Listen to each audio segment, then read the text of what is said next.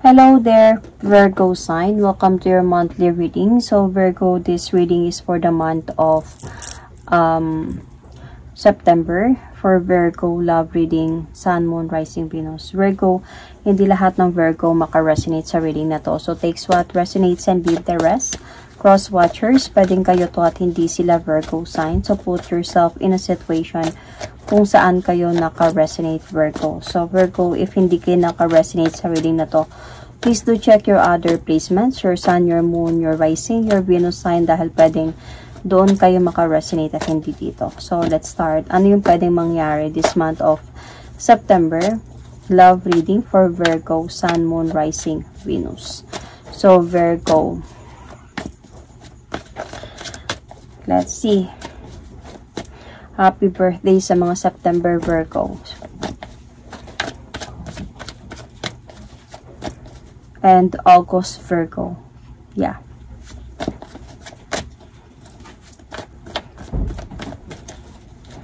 Anyway, ano yung gustong sabihin sa'yo ng person mo? Let's see what is happening right now.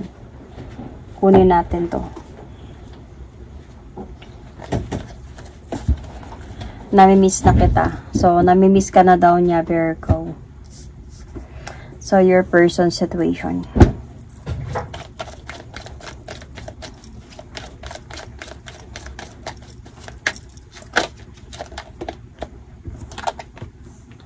Lockbox. Woo, trap, frustrated, close in. Kaya namimiss kasi hindi kanya ma-message or matawag-tawagan, mapupunta-puntahan dahil sa natatrap siya. Nakalock siya. So, your heart's hidden secret. So, let's see.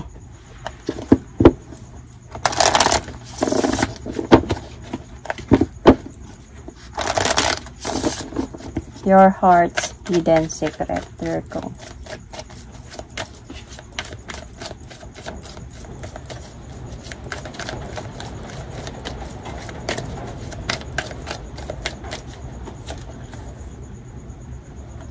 Withdrawn, single, lonely, solitary. So, let's see. You're single kasi feeling ko nagiwalay kayo or could be ginos ka dito kasi na-lock siya, na-trap siya. So, wala siyang choice. Hindi kanya makausap-usap. So, parang you accepted na lang na maging single ka na lang dito, Virgo. So, tingnan natin. Ano ba yung pwedeng mangyari? What is happening right now?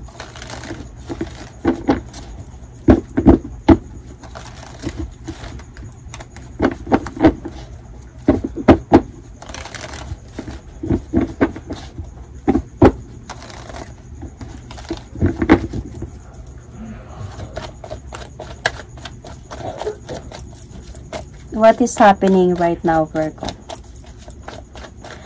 Virgo, Sun, Moon, Rising, Venus. September love reading.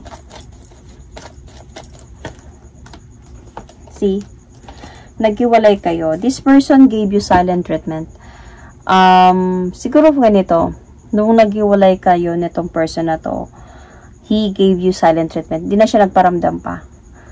So, kaya kasi naipit siya sa sitwasyon. Siguro dahil nga may nagbabantay na.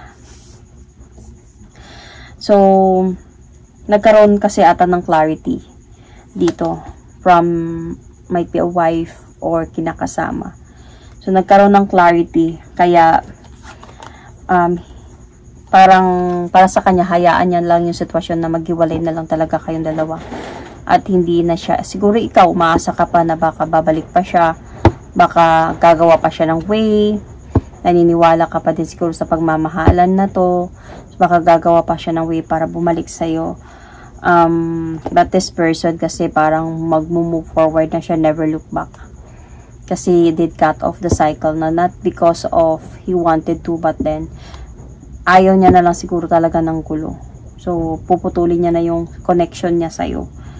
And, even though, sa totoo lang, he wanted to talk to you. Pero, parang sa ngayon, wala siyang magawa. Kailangan niyang gawin. Namimiss ka nga niya di ba? Namimiss na kita. So, let's see more.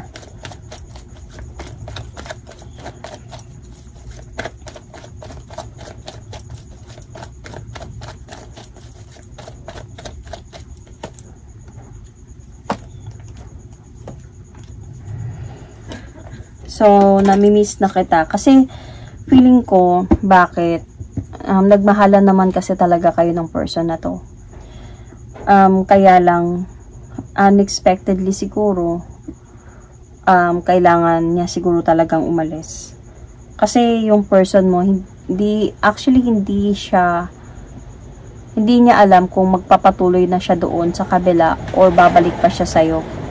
So, this person still want to talk to you and still want to see you or talk to you, call you. He really wanted to do some action na magkaayos kayo at magkabalikan ulit. Pero parang sa ngayon, hindi pa niya magagawa to because of nga nakalock siya, natatrap siya. Naiipit siya sa sitwasyon. So parang siguro nag-aantay lang siguro to siya ng right timing na mangyayari to, kung kailan mangyari yung pagbabalikan, pag-uusap ninyong dalawa. So kasi nga may humahad lang. Kaya siya naiipit sa sitwasyon. So ano ba yung nararamdaman niya para sa'yo? Mahal ka niya. Alam mo, kung pwede ka lang nga niya pakasalan ka niya eh. Mahal ka niya. Minsan din talaga nag-focus to siya sa relationship ninyo. Kaya lang dumating sa point na na-confuse na to siya nung time na may dumating na iba siguro. So, parang naipit na siya talaga sa sitwasyon dito. Nakaramdam siguro yung relationship ninyo ng imbalance nung time na may dumating na iba. So, I just really don't know if yung dumating na yon. Ang ramdam ko kasi sa connection ninyo dalawa dito is parang hindi ito sila mag-asawa. Ang nararamdaman ko dito para to sa mga people or sa mga viewers na merong parental yung person nila. Kasi kung meron lang kasi siyang choice, kung meron lang siyang kumbaga karapatan, or sabi natin na kung meron lang siyang yung freedom na kausapin, gagawin niya eh. Gusto ka nga niya pakasalan kung pwede lang. Kasi kaya lang wala siyang magawa. Kaya yun yung pumasok agad sa isipan ko. Kasi kung hindi ito parental, gagawin niya yung best niya para makuha ka niya balik kasi mahal ka ng person na to. But then, naiipit siya sa sitwasyon nga because of that situation na meron. Ikakasal to siya. Ikaw naman, feeling ko sa part mo, nag-aantay ka dito. At saka baka napapagod ka na nga siguro maghintay sa person na to. Kaya dito nga sa'yo, parang tinanggap mo na lang na mas nalungkot man, pero parang tatanggapin ko na lang na single ako. Single na lang, magiging single na ako nito. Parang ganun. So, you might be dealing with Cancer, Scorpio, Pisces, or Virgo, or another Virgo, or might be this is you, Virgo. Can also see here Cancer, Sun, Moon, Rising, Venus. So, let's see. Ano yung feeling mo sa person na to?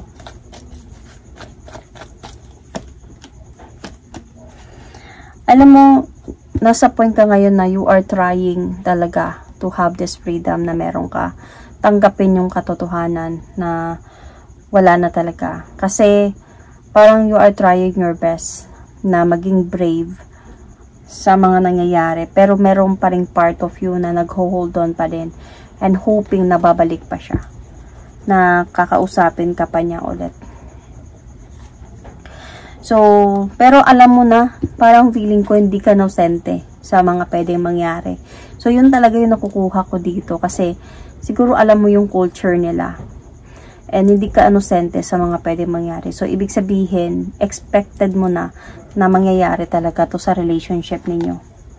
Even if nag-offer pa siya sa'yo ng new beginning, even if nag-effort pa siya sa'yo at nagpa-ramdam pa siya sa'yo ng platong pagmamahal, alam mo na possible mangyayari to isang araw.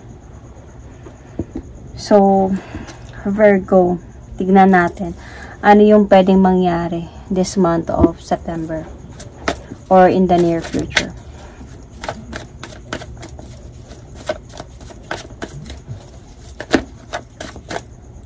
Dami. Ano yung pwedeng gusto niya sabihin sa'yo? This month of September or in the near future.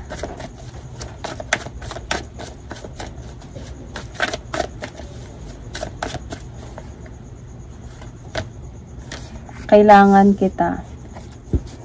Kailangan kita. So, let's see. Possible situation ng person mo. This month of September. So, kung hindi man to Virgo, pwedeng moon sign ninyo to, okay? So, check your placement always. Moon, sun, and rising ascendant, Venus sign.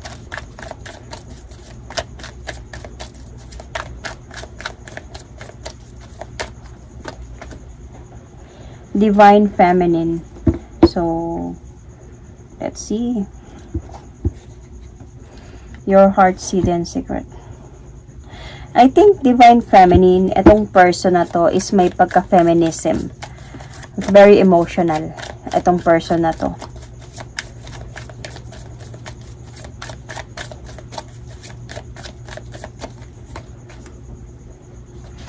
Beginnings, try again, new direction, start over. So, dito ka sa point na nag-withdrawn ka, naging single, lonely. Then, right now, this month of September, in the near future, you start again. You try again for a new destination, start over, new beginnings. So, yun. So, kailangan kita. Itong person na to, kung hindi man to babae, so, kasi pwede din to babae. Pero, feeling ko kung nasa point kayo ng parang merong culture, may parental, so, pwede yung lalaki to. And, may pagka-feminism sa kanya. May mga lalaki namang ganun eh. Yung lalaki siya, pero may pagka-babae. Hindi naman bakla. Hindi siya gay. Straight siya na lalaki. Pero kumbaga kaya niyang magluto. Very emotional siya. You know, very caring. In a way, loving. So, may pagka-feminism. Yung galawan niya. So, ito yun siya. Na siguro itong Divine Feminine, siguro, during this time, nagiging emotional siguro siya na namimiss ka niya, naiisip ka niya. So, kaya kailangan kita. So, let's see sa tarot card if what is happening right now.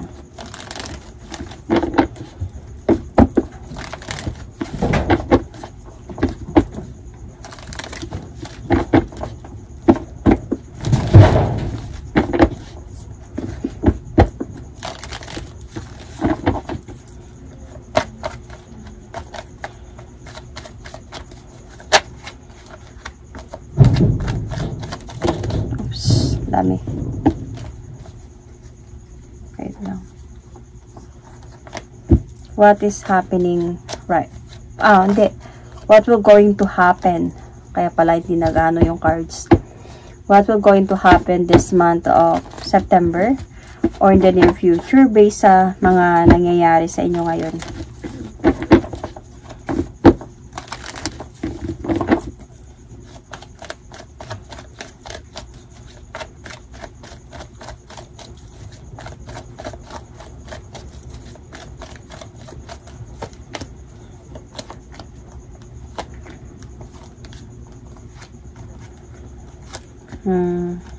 See?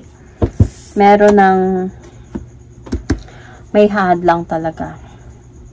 So, hindi, alam mo kahit ganito yung nararamdaman niya na kailangan kanya, gusto kanya makita, gusto kanya makausap, parang feeling ko hindi pa din siya sure na nagagawin niya to.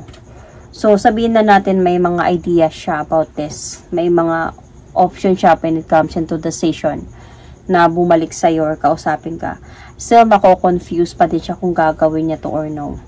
Kasi parang may mga different option siya about decision. So, hindi pa siya totally decided kung tuluyan ka na niyang kakausapin or hindi. Kasi nga, may humahad lang. May hahad lang. And, feeling ko, ayaw din siguro niya na kumbaga nasa point, siguro sabihin natin sa mga culture nila, nandyan na, kakasal na siya. So, kung babalik pa siya sa'yo, so parang cheating na yung mangyayari. So, para sa kanya kasi, gusto niya na din ng changes sa buhay niya. So, kaya, even if he wanted to come back to you, parang wala din mangyayari. Kasi, gusto niya talaga na mag-offer sa'yo ng new beginning, pero parang wala din mangyayari. Kasi parang hindi niya din na-appreciate na gusto niyang mangyari to, pero nahihirapan siya kung paano niya gawin to. So, nagiging emotional na lang talaga siya dito, na to think about you, na namimiss ka niya, minsan naiiyak siya, naiisip ka niya. And sa part mo naman dito is you are already trying to find new direction ng buhay mo. Trying to start over naman again. So, kasi nakikita ko dito in your part, or yeah, tanggap mo na tanggap mo na hiwalay na kayong dalawa, na wala nang mangyayari pa to. Parang pagod ka na din siguro mag-antay sa kanya kung kailan siya magpaparamdam, kung kailan siya babalik. Kaya para sa'yo, tinanggap mo na lang talaga yung paghihiwalayan ninyong dalawa. So, Virgo, that is my reading for you. I'm going to pull an oracle card. So, this is a message from your spirit guides.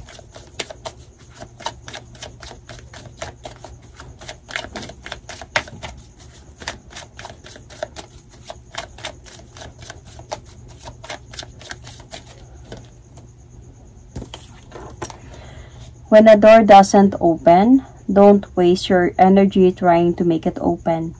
It's closed for a reason. You are being redirected to something far bigger and better. Endings are part of your cycle, of the cycle of life. They make ways for wonderful new beginnings and opportunities. So, ito na nga ito. Huwag nang pilitin kung hindi na talaga. So, magpapatuloy na lang talaga sa new beginning ng buhay mo. So, may reason kung bakit nangyari to. May reason kung bakit kayo nagkakilala. So, in everything naman na nangyayari sa buhay natin, may reason kung bakit nangyayari yon. Sometimes, nakukuha natin yung reason why. Sometimes, hindi. Nagkikeep wondering sa atin bakit nangyari to sa buhay natin. But still, we still need to move forward. We still need to because we have a lot na things to learn sa buhay natin. Dahil habang buhay tayo, kailangan natin na gumalaw, matuto, and ulit magmahal. And depende din naman yun sa desisyon natin sa buhay, kung ano yung gusto natin gawin in a way. So, that is my reading for you, Virgo. Thank you and God bless.